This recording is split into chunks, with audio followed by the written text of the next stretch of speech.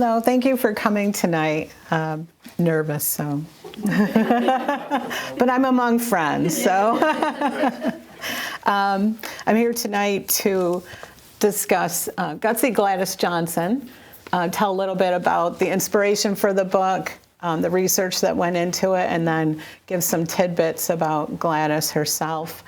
A little bit about myself. I was born in Auburn, still reside in the city, didn't travel very far. I retired in 2023, which allowed me to concentrate on the book in particular. I worked for New York State for 36 years. I'm a genealogist. I'm a history buff, particularly local history.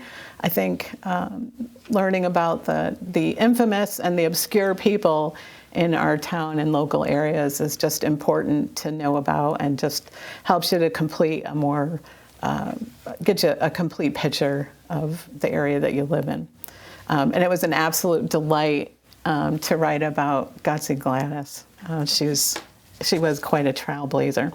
My first book was completed in collaboration with my brother, Scott DeJoy, in 2016, and it was Hometown Heroes, the history of the Auburn Fire Department.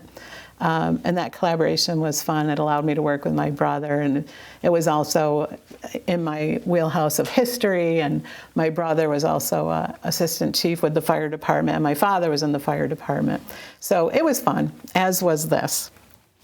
Gutsy Gladys is my first solo book, hopefully not my last. And again, I'll be talking about the inspiration and the research that went into this book. So what we have here is a picture of Mabel Johnson. I'll talk about her in a moment, and my husband's father, Fred Genkos. Gladys Johnson is my husband, Mark's first cousin, twice removed, so a distant cousin. Her grandfather is my husband's great-great-grandfather. So it's convoluted, but it's related. And I came to find the initial inspiration for the book came from a visit to my husband's aunt and uncle, Jim and June Genkos, in Owasco. They're also very big into history. And during our visit, Jim mentioned that his grandmother, Mabel, had done scrapbooks of local history from newspapers, and she made notations and narratives and had little paper ephemera things, ticket stubs, that kind of stuff. So he said he was the custodian of her scrapbooks, and of course, being a history buff myself, I said, oh, I'd love to see them. So he would lend me 3 or 4 at a time, and as I started to go through them, I was amazed because all the local history that I saw that I'd never heard about. And then every so often I would see these articles and photos of this woman, Daredevil, who had the last name Johnson, who I knew was a family name, but it's a common name. So I thought maybe she's related, fingers crossed. So when I brought the books back, I asked Uncle Jim about Gladys Johnson, and he, as if I should already know who she was, he said, well, yeah, she's a relative. And he said she was a daredevil, and she would jump out of planes with her parachute. And I said, yeah, well, there's a lot of articles and pictures. And so we scoured all of the scrapbooks, and there was maybe a dozen scrapbooks. And he would make them available to the college in different places. He would loan them out and then swap them out. But Mabel's scrapbooks were amazing, not only for the content, but they've held the test of time. They're over 100 years old.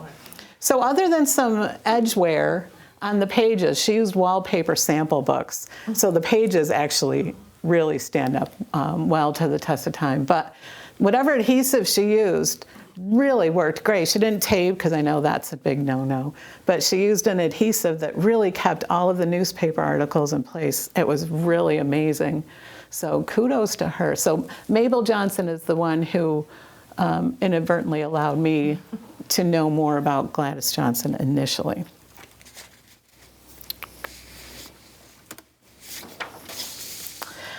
Research, just a little bit. Some people are interested in the research that goes into a book. And for me, there was a whole list of things, more than this, but these were the biggies. So the FultonHistory.com website that's run by Tom Tryinsky has just a plethora of information. You can research and search for all the old newspapers throughout New York and even beyond. So you can really focus in on, like in this case, Gladys Johnson, or particular events around that she was in. So that was very helpful. And of course, Jim and June Genkos and Mabel's scrapbooks. The Syracuse Special Collections Research Center at Byrd Library in Syracuse was very helpful. I had found out that Gladys worked at Alco, so I got on to see the Alco records to see what I could learn about her employment there. I knew very little at that point. And then the Special Collections Research Center holds all the archives from the Alco records. So I contacted them, and they're very accommodating. I mean, you have to make an appointment.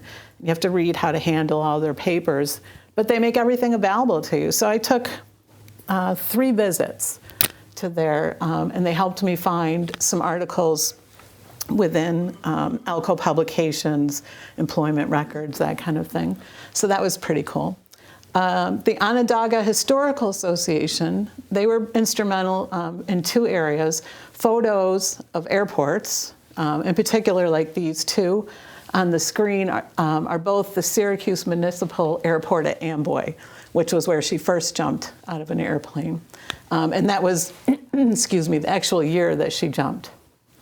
They were also helpful with information about the 1930 State Fair, the New York State Fair. Which was a big aviation event, and she was very involved in that fair. So they had the schedule, they had photos and information. It was really very helpful. And then the story couldn't be told without the family, and it was important for me to make sure, A, that I had their support, thank you, and that they thought it would be a good idea to tell her story. So I had contacted Lori Mitchell, who I was acquainted with, and introduced the idea of, hey, her story sounds really cool. I would love to write a book about her. Would you guys be okay with it? So she contacted her siblings and other family and got back to me and said, yes, that I had their support. And so it was very exciting. So I met with her and emailed back and forth, and she was able to share some of Gladys's personal records collections, some photos, information. It was very cool to see her handwriting, and then photos I hadn't seen before. It just helps fill in all of the spaces that were left out of the newspaper articles. Not that the newspaper articles didn't do a great job, because they describe everything in detail. They did a really nice job, especially because Gladys was such a unique character, especially in the 20s. My final highlight research was Greg Heckman, who was the director of the Kelch Aviation Museum in Wisconsin, and he owned and restored a 1928 Lincoln Page LP-3 biplane, which was the same type of plane that Gladys first jumped out of. So for me, I wanted to find out more about the plane. I'm not an aviation expert. I know about planes. So my book was about Gladys, but I thought as part of telling the story, I wanted to know how much space did she have to walk in? What were the struts like on the wings? Was it flexible? Were there restrictions as far as where she could and couldn't stop? What did the plane sound like? Things like that. How it would start up, how it would land. Was it a jerky ride? And he seemed to have, because it was the same exact plane and he had restored it himself, he was very cooperative with, he sent me a video of his plane so I could hear it, because I wanted to be able to hear it and try to describe it so that in the book people could maybe hear it in their own minds as accurately as I was, hopefully, as I was describing it. He also, in interviews on the phone and through emails, he described the wings and how she would have used different struts and things. So it was really very helpful to have that information. This is just a picture of some of the research that was conducted at Byrd Library. And I have, these pictures will come back up again later. This is some of the research from the wallpaper scrapbooks and from Gladys's personal collection from her family. And everything just, it stays so nice when you think how old it is. Almost 100 years old. And then these were things that were shared from the family. So we have her state fair ticket, some articles, a Western Union telegram. How cool is that? And then a photo. That'll make a repeat in a little bit as well. So every time I would do research or find an article or talk to someone who knew her or had heard from family members about her, it just helped fill in all these pieces. And she just became so amazing to me. So who was Gladys Johnson? Gladys was born in Aurelius, August 30th, 1909, to Charles and Sarah, known as Sadie Johnson. She lost her mom in 1917, so after that time, it was just Gladys and her dad for quite a while. And Gladys was described as a spirited and strong-willed young lady. She did very well in school, and by the time she graduated high school, she was just 5 foot tall. They said when she stood on her tiptoes. She was very slender and weighed maybe 100 pounds. She was a natural beauty. She had brunette hair. She had it styled in a bob that was very fashionable at the time. Still is now. And then at age 18, her aunt recommended her for a job in Auburn, and so she ended up working as a maid for Mary Henry, who's the widow of William Henry of Henry and Allen Company and other companies in Auburn and Syracuse. So she was a maid at 128 South Street. So I just put the picture, it's a modern picture. I just put it there as a point of reference. So she was a maid there for a while, kind of following the tradition up to that point, following the traditional steps of a woman in the 20s. But that would be changing. So just to give you a snapshot of 1928, this is kind of pivotal time in her life when things started happening on the aviation side. So 1928, women did have the right to vote, secured through the 19th Amendment in 1920. Only about 25% of women worked outside the home. They were mostly maids, laundresses, nannies, store clerks, teachers, and cooks. They were not high-paying jobs, and they were not considered powerful positions at that point in time. It was the Roaring '20s era, and so flappers was a key term of the day. But it wasn't just a fashion or style. It generally referenced a modern thinking, new attitudes towards womanhood.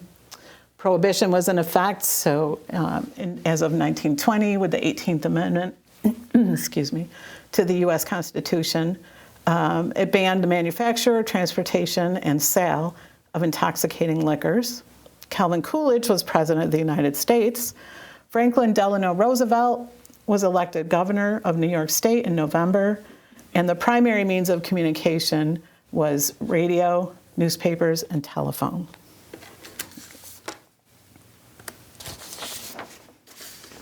So Gladys, by all accounts, was bitten by the aviation bug fairly early in her years. She would read as much information as she could about aviators of the day, daredevils. She went to some local airports. She loved watching the planes take off and land. And she was able to secure a ride, her first airplane ride ever, July 4th, 1928 in Skaneateles, New York. She knew she was interested in parachuting. She stated in multiple newspaper articles. But before she could jump out of the plane, she first had to ride in a plane. So she had approached Raymond Surdam in Skaneateles, and he said yes, he would give her a ride. So she went up in the 1928 Lincoln Page biplane, and the ride lasted 15 minutes. And when it landed, and her responses come from newspaper articles where she was interviewed later. When she landed, she just didn't think it was that thrilling. She's like, just felt natural to be there. Didn't really do too much for me. She said she really wanted to, in her mind, she really wanted to parachute jump. It was great that she had a ride, but it wasn't enough. She needed more. So she hoped to find the thrill and the excitement that she needed in a parachute jump. So she asked Ray Surdam, will you take me up and let me jump out of the plane? He said no. So she asked again. He said no, absolutely no, period. So she started going to other pilots and other airports and trying to make her plea. And it was probably in part because she was a woman. She was very young. She was 18, zero experience in aviation, just had her first airplane ride on July 4th. So it wasn't unheard of. It wouldn't be, I wouldn't fault those pilots for saying no at that point in time, but she was determined. She was quoted in the paper as saying, when Ray Surdam turned her down, the more he talked against it, the more determined I became to parachute jump. I kind of like that. I kind of like that. So she ultimately found Simon Bittner. Simon, he went by Cy Bittner. And she explained to him she wanted to parachute jump. Would you take me up in a plane? He initially was resistant, and she continued to appeal to him, and he was finally like, okay, I'll take you up. Now, Simon Cy Bittner, the pilot who would take her on her first parachute jump, the pilot, he had quite a name for himself locally. He learned under World War I flying ace Jack Ashcraft. He received flight instruction from Charles Lindbergh. He was a member of the Gates Flying Circus, so he had also parachute jumped himself. He was familiar with that action. He was known as a daring and adventurous man, and he had a reputation as the bad boy of aviation. And that might be cleaned up from what they really thought of him. So maybe he was the perfect person for her to go to and say, hey, will you take me up? Because he's somebody who would kind of buck the system. You know, it's not the norm, it's unusual. Yeah, so it was good that he supported her in that. So her first parachute jump was 4 days after her initial airplane ride. I can't even imagine. So there was an air circus event at the Syracuse Municipal Airport at Amboy. It was a very hot day. Temperature was 100 degrees. Her jump was scheduled at 6:30. It was free. She showed up dressed in her casual wear, ready to roll. Did not look aviation-like at all.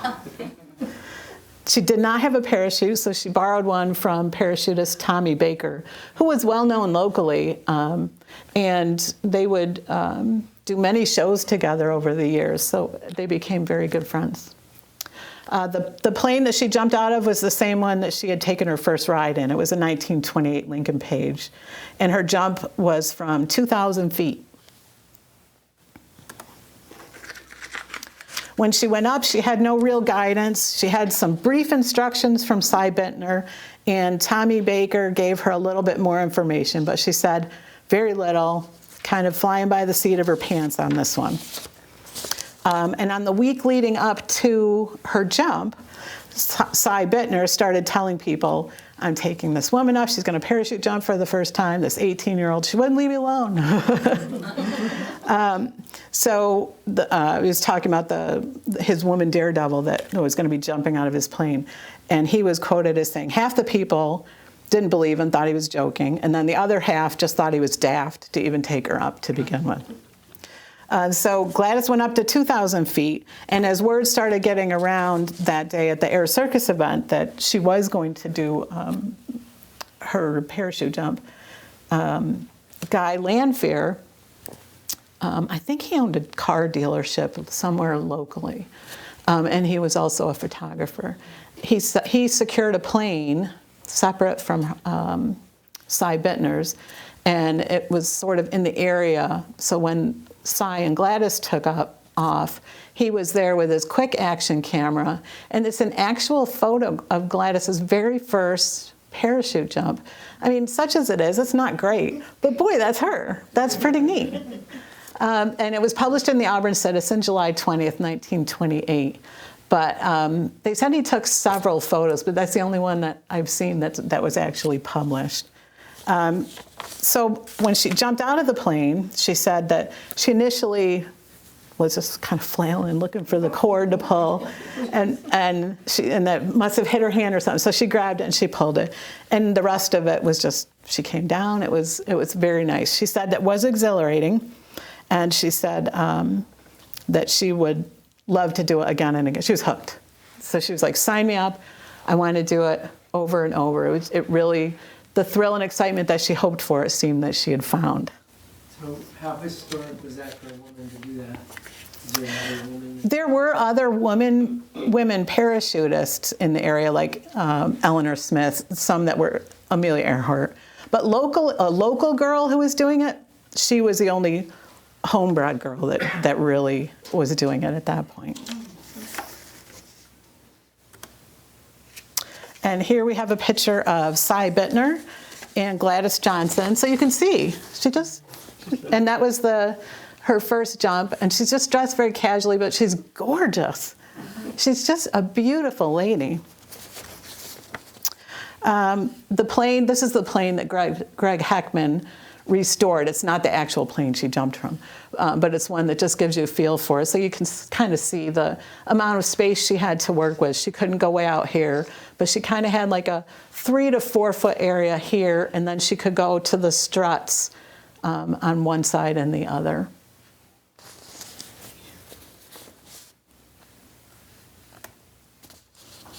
And this is from Gladys's personal collection, and I love the notation, just first parachute jump. And, all pictures from back then, I think you had to hold still forever. But it's great that it captures, you can see people, you can see the biplane wings, and it's just pretty amazing.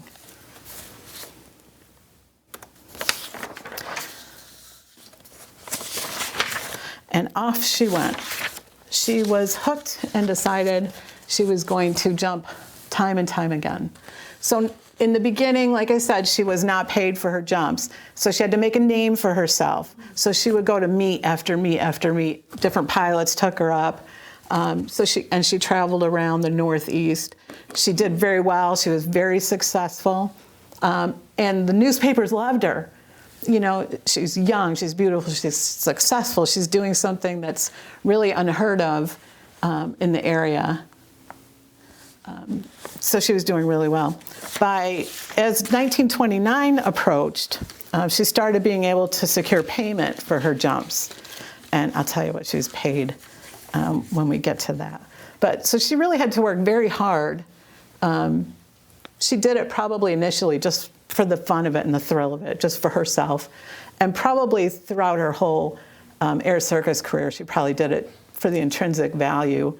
But the money's not bad. And I just have some other pictures of her. So you can see as she started going on, then she looks more aviator-like. So she's got the goggles, she's got the leather helmet, the jodhpurs, the tall boots. This is the picture that ultimately landed on the book cover because it just speaks volumes. I feel like she's just like looking in the air, and she's got her gorgeous hair. She just looks stunning. And then this is her at Springfield, Vermont. This picture will come up again in a little bit, but she's standing by a Ford tri-motor plane. I love that picture too.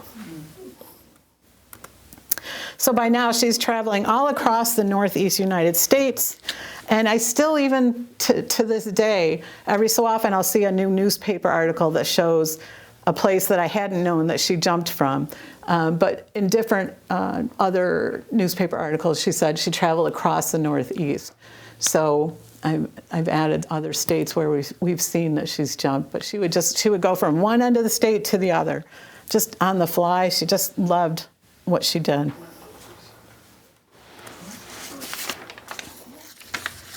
Some of her Daredevil feats. These are the ones that were either she had notations of or the newspapers reported on. Most of her parachute jumps were between 1,500 and 3,500 feet. I think she said either 1,800 or 2,000 was kind of the sweet spot for her. That was what her favorite altitude was.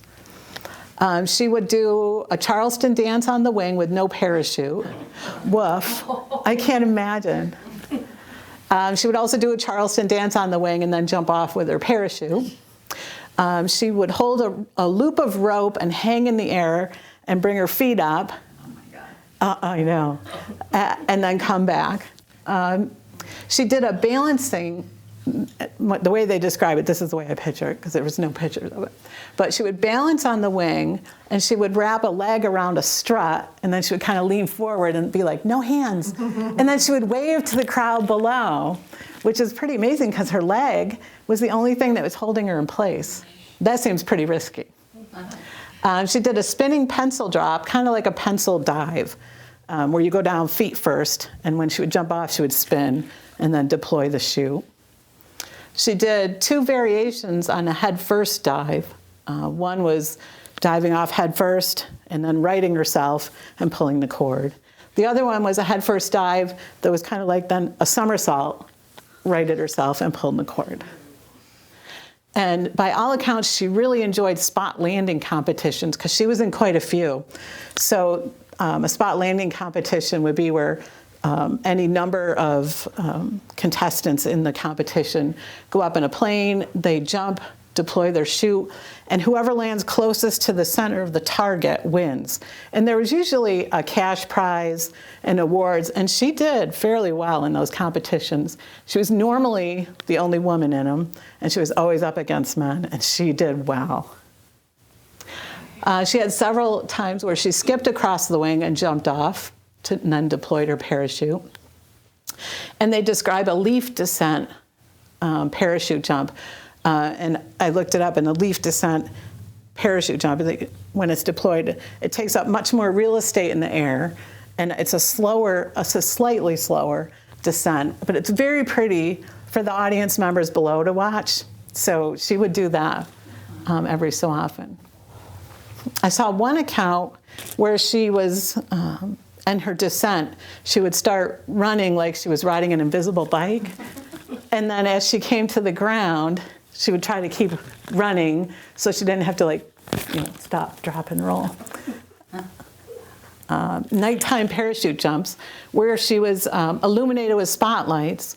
She completed at least 10 of those, and she seemed to really enjoy those. And some of her descriptions in her interviews were really neat. And she referenced winter parachute jumps where she landed in snowbanks. That's amazing. Wow. Yeah. But for all of her daredevil feats, she still kept her eye on her education. So Gladys, like I said, had always been a very successful student. She was intelligent and did very well throughout her schooling. In the fall of 1928, she was determined to attend college, and she enrolled at one of the leading women's seminaries in the area. Interviews in the newspaper, and there was multiple interviews. They referenced her education, but they never listed the actual name of the institution that she was attending. I've tried everything.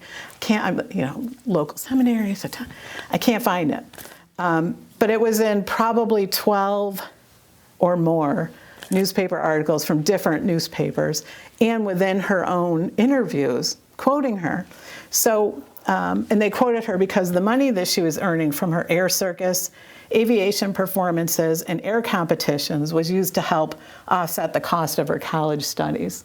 So she was earning her own money, putting herself through school, risking her life. She's just very good. More pictures, because I love pictures of her. Looking very aviation-like. In each one just seems to tell a different story. And this is her in her later years.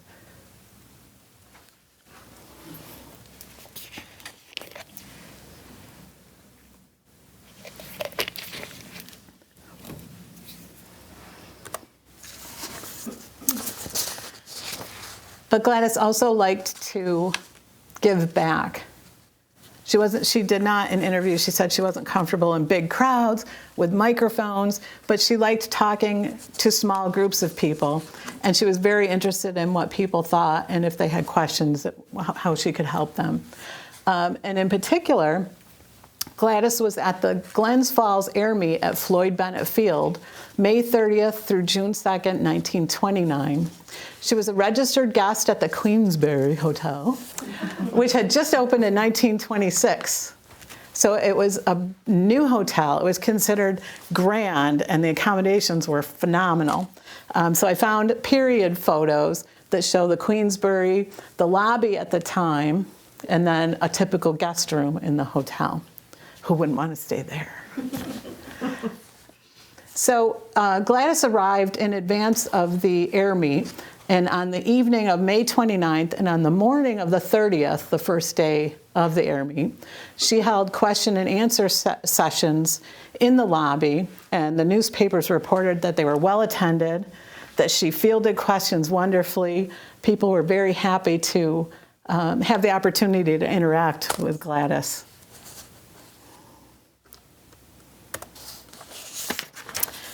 And then there's times when things don't go exactly as planned, and newspapers always report about that too. We're the Montgomery County Fair in Fonda, New York, on September 2nd, 1929. Weather was kind of working against them. There was high winds, large gusts, and her and the pilot had a discussion. Should the event continue? Should we bag it? They decided it's probably okay, let's go ahead. So they flew to her favored altitude of 2,000 feet, and she jumped, deployed the chute, and then kind of immediately knew something was off. The wind was swirling around her. It was just gusting her one way, then the other, spinning her around. So she had to make multiple corrections, attempted multiple corrections, but it seemed to just drag her through the air, and she was just sort of out of control. But she kept trying to make corrections, the limited ones that were available to her with the parachute. And as she continued her descent, she saw the Mohawk River below her, and then it was unavoidable. She was going into the river, and she landed with a big splash. But there was an additional problem, because Gladys could not swim. Oh. Not a stroke. This is a modern day photo, but I was curious how far away the Mohawk River was from the fairgrounds. So the fairgrounds have been expanded over the years, but they've always essentially been here. So I'm not sure where she landed in here, but it was adjacent to the fairgrounds. So she landed and could not swim. And the result was that the parachute lines started to come down around her, and she got tangled up in them. She bobbed up and down in the water. You can just picture it. You know, you start to choke on the water, and you can't get your bearings. Your legs are probably all tangled up in the parachute lines. It's bad. But she maybe didn't seem to panic, besides trying to keep her head above water. And luckily, 2 New York State troopers jumped into the Mohawk River and did rescue her to shore. And in later years, she would reference this particular day as one of the few times that she was really afraid. And she was quoted as saying, "The only time I was ever really frightened was when I made a jump on Labor Day, 1929, at the Fonda Fair and landed in the Mohawk River. I can't swim a stroke, and the water in that river is particularly wet." Prompt action on the part of the New York State troopers assigned to the fair saved me, because the parachute was swiftly drawing me under. But aside from swallowing lots of water, I was little worse for the experience. So I had a happy ending. And she was not one to let it control her or take her down. The very next day, September 3rd, 1929, she got back into a plane. She went up to 1,200 feet and wing walked without a parachute and completed a greater number of Daredevil activities than she would normally do, maybe to get her confidence back, to boost herself. No, she still got it. So that was pretty cool. And by 1929, she was securing $50 per jump, which today is the equivalent buying power of approximately $925. So once she made a name for herself, she was risking her life. But it was good to know that she was rewarded for it. Would she have had to pay the pilot and take her off? I think the pilot was paid separately, if I recall. I saw some other cablegrams where the air circus would secure pilots and jumpers and then kind of pair them together because she wasn't always with the same pilot. I think they just assigned it. So I think they got paid separately. Thank you. This is the Miss Albany Ford Tri-Motor plane. Gladys flew in it, and she also jumped from this plane. And I think it must have had particular interest to her. This is at a Springfield, Vermont air event because she had photos, notations, and other memorabilia in her personal collection. So it must have held some particular interest to her. The Ford Tri-Motor plane, like I said, I don't know much about aviation, but the Ford Tri-Motor plane is noteworthy because it was constructed of all metal and had sheeting core metal of duraluminum and coatings on each side of the wing. Made it resistant to corrosion. And on the outside of the ring, it has this corrugated metal, which made it very unique and also helped with extra strength. And the flight controls, I guess it's noteworthy. The flight controls were all metal rather than fabric covered. And here's a poster of the event, and we can see that Gladys is named. She's now a headliner. She's not an add-on, she's a headliner. And then here's another picture of the Miss Albany plane. Of note, the Miss Albany plane was later rechristened Miss Liberty by pilot Lou Rikers, and during an attempted transatlantic flight, the plane crashed just off the coast of Ireland. So Lou Rikers, the pilot, he was fine. He had minimum injuries, but the plane was never recovered.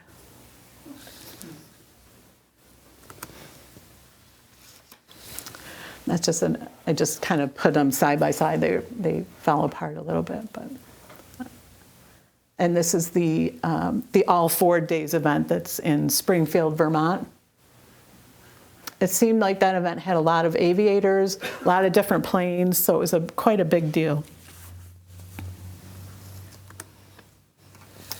And so I just brought this picture up again so you could see the corrugated exterior of that Ford Tri-Motor. And that was a huge plane. I think it was 77 feet from wingtip to wingtip. It's a big plane. You can kind of see just the one engine alone. Huge. No, I looked it up. The door that was on the side.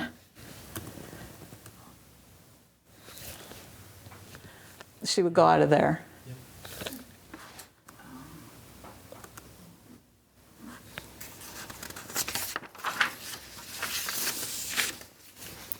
And then we have the 1930 New York State Fair. Again, like I said, it was heavily aviation themed. They cleared the track out back and made it a runway and a display of aviation. It was famous ships of famous flyers, and they brought in all these famous airplanes and flying machines from local and not so local aviators. Some of them went right from Syracuse, the New York State Fair, to the Smithsonian. So it was really quite a big deal to be able to see something like that in person. So lots of aviation in that 1930 State Fair. Just another picture, another angle of that 1928 Lincoln Page biplane. So you can kind of see the struts on the wing.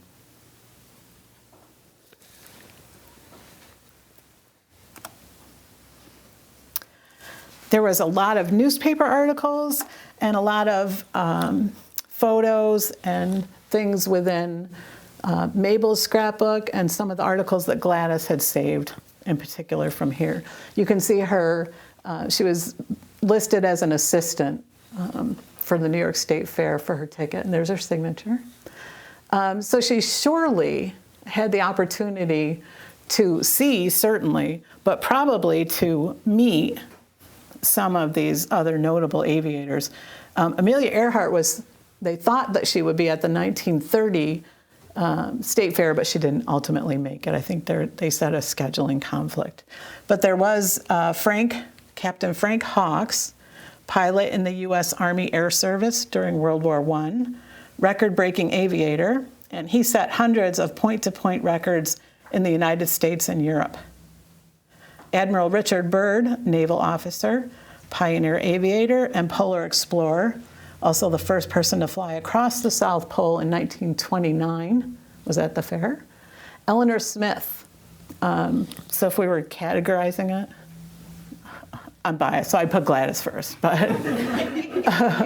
it would be like Amelia Earhart and then Eleanor Smith. She was also known as the Flying Flapper. She was not 16 at the time of the fair, but she was the youngest licensed pilot in the world when she got her pilot license at the age of 16. She set speed, endurance, and altitude records throughout the North America. And then they also had Aaron, also known as Duke and Diavolo Krantz. He was an endurance flyer, and he, during the fair, changed from plane to plane in midair. I can't. Gladys did a ton at the fair. She completed a simultaneous parachute jump with Tommy Baker. He was the one that she borrowed the parachute from with her first jump. And like I said, they were friends, longtime friends. She was a witness at an aerial wedding that occurred in the air between Hart Bowman and Elizabeth Jones. She was in one plane with another witness, the bride and the groom and the pilot. And there was an escort plane that had family and friends nearby, in the vicinity of that. So Gladys's job was at the end of the ceremony, when the couple was actually wed, the audience and the family and friends in the other plane would know because she would parachute jump out. So they were wed, she jumped out, executed it beautifully. There's some very nice write-ups in the paper about it. It just was very neat. She performed Daredevil shows every day of the fair. And sometimes she would do more than one jump a day. She would do 2. She did hold question and answer sessions at the Boys and Girls Building, and she was quoted as saying she really enjoyed the excitement that the kids had and that they came up with really good questions for her. So it's nice to see that in a theme for her, periodically she liked the give and take of information and questions and sharing what she knew with people who were interested. And she performed in night aerial shows with illumination from spotlights, and knew, at least to the New York State Fair and definitely to Gladys, was the audio transmitting via microphone to the ground. Rudimentary for sure, but to be able to hear the pilot, the audience could hear the pilot, and the audience could hear Gladys, which had never been done before. So that, I mean, she wasn't comfortable with microphones, but still, that had to be really cool. And then there was another headline.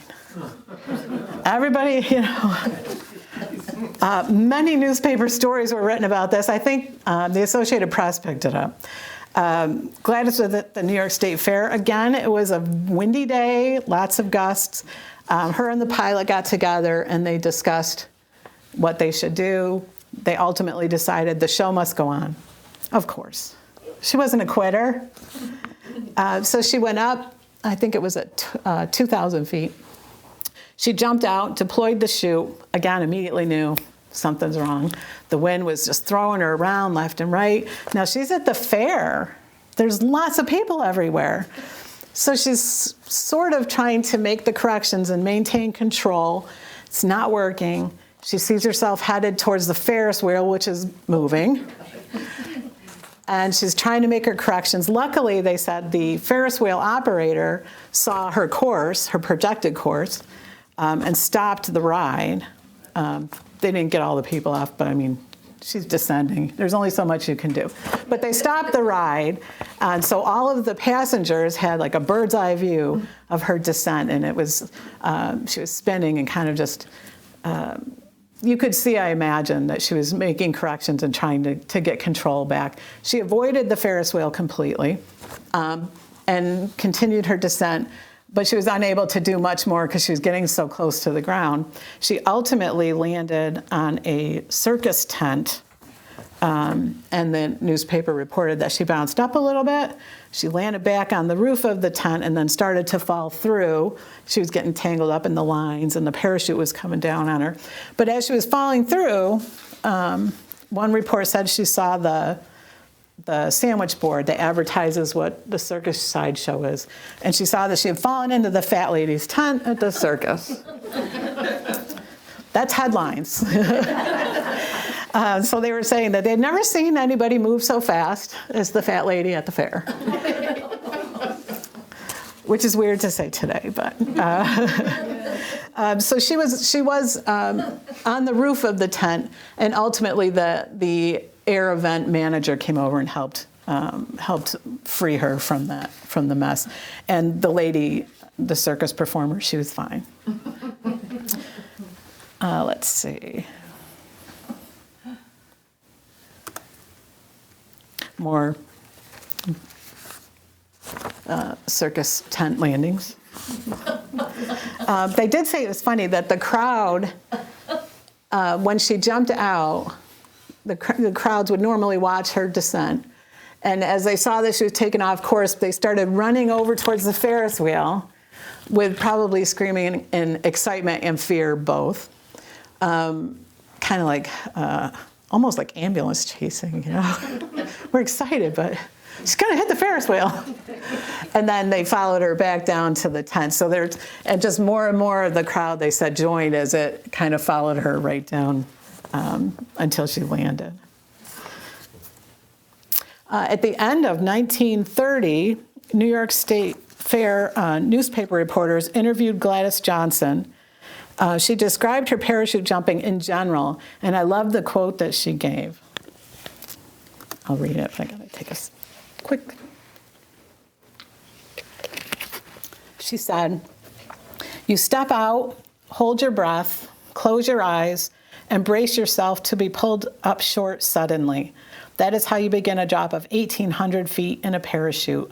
The exhibition parachute opens like a handkerchief above you, and you settle steadily towards a yawning earth beneath. No matter how slowly you go down, the ground still seems to rush up to meet you. If the wind is right and everything else goes well, you land approximately in the spot for which you're headed and are soon tugging at an idly flapping white bag which collapses slowly around you." What a description. That is it's just amazing to think somebody so young can come up with something like this on the fly when they're coming at her, you know. "Gladys, what do you got to say?" And she comes up with this. It's just amazing. But she didn't even stop just at her parachute jumping and her other Daredevil routines. She had other aviation accomplishments. She did become a licensed airplane and glider pilot. And by the end of 1931, she became a licensed parachute rigger. She didn't want to rely on somebody else to pack her parachute all the time. She wanted to rely on herself. Of course she did. The requirements at that time included completing 20 successful parachute jumps with parachutes that she packed herself. And a witness was required for each parachute packing and opening in the air for each chute. So she gathered all of that. She submitted the necessary paperwork and affidavits to the U.S. Department of Commerce, and she became a parachute rigger. She does it all.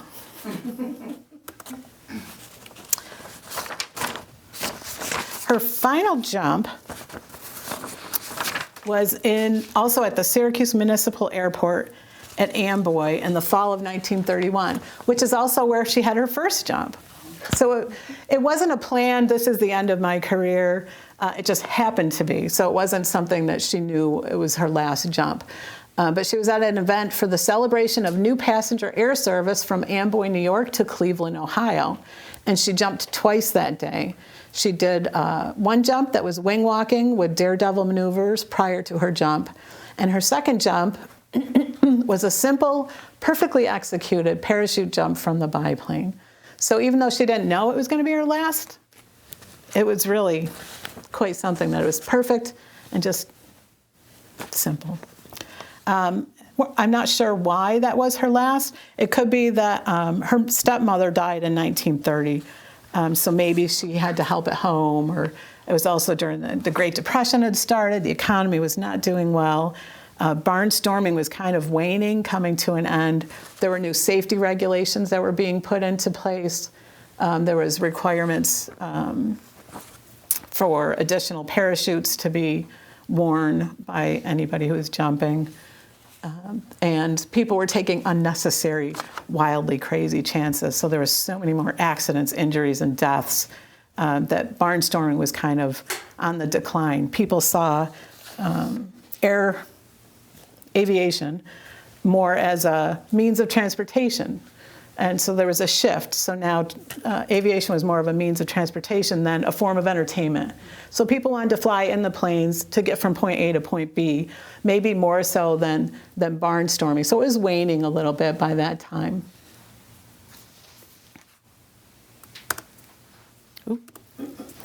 So Gladys completed more than 100 parachute jumps during her 3+ year air circus career and had many wing walking exhibitions additionally. Her Daredevil performances were well documented. We're so lucky that the newspapers covered it so well. She could have been lost to history, except for family that would keep her alive. They were well documented due to her unique nature. A woman in the field of aviation continued to attract attention, especially in the central New York area.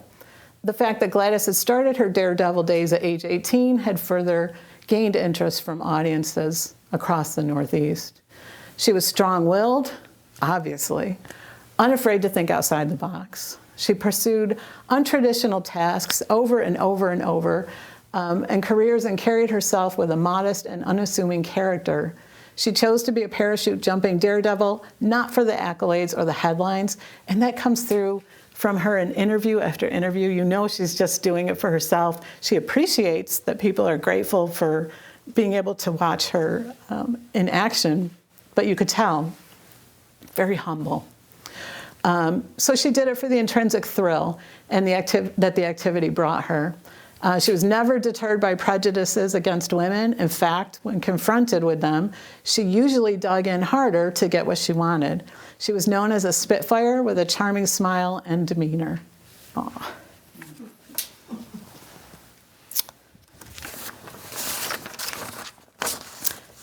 After 1931, after her last jump, but before World War II started, Gladys worked as a waitress at Tim Flood's restaurant and the Auburn Diner, both located in Auburn.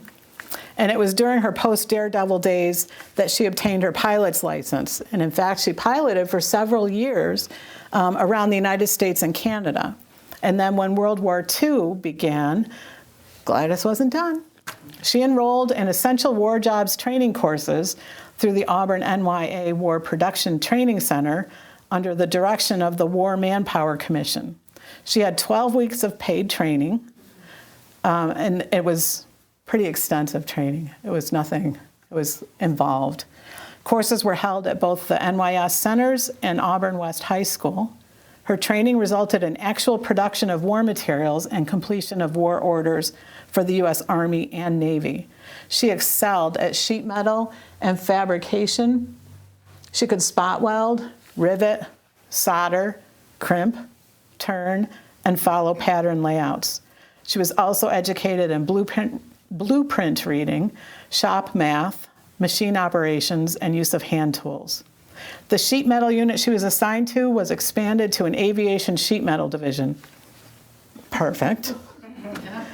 She worked on planes brought to the aircraft division of the War Industries Training Program, which had been damaged and in need of repair. So they would repair the planes that were damaged as part of, what do they call the hospitals? A learning facility. So as part of a learning facility, and then they would fix the planes and then send them back for the war effort.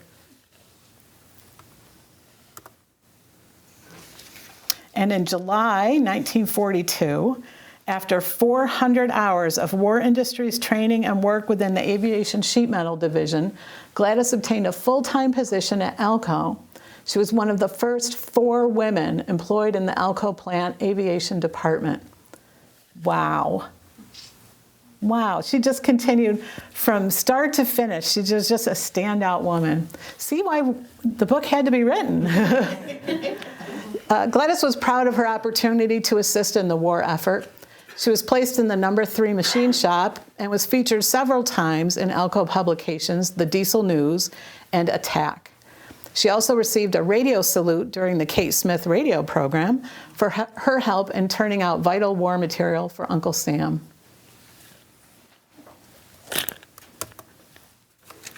And here's some of the publications and articles that the Byrd Library was able to give me. And the 4 women that were hired at Alco, the first 4 women, were known as the Diesel Quartet. And from left to right, they are Helen Guzik, Mary Burgess, Dorothy Farrell, and Gladys Johnson. She's on her tiptoes there. You know she is. She was smart.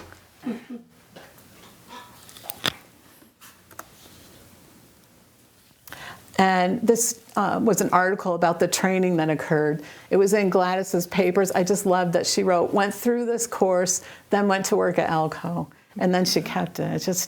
And it described everything that she had learned.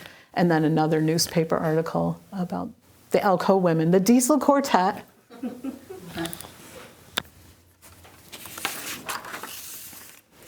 When the war ended, Gladys traveled to San Diego, California with 2 of her friends who were Navy wives. The 2 Navy wives didn't quite have enough gas to be able to drive to California. But if Gladys went, they could combine their gas allotments and get there. And Gladys was obviously always up for an adventure, so she joined them and made the trip across country to California. And in Gladys's papers, she wrote that they drove the northern route across the country and that they made good time.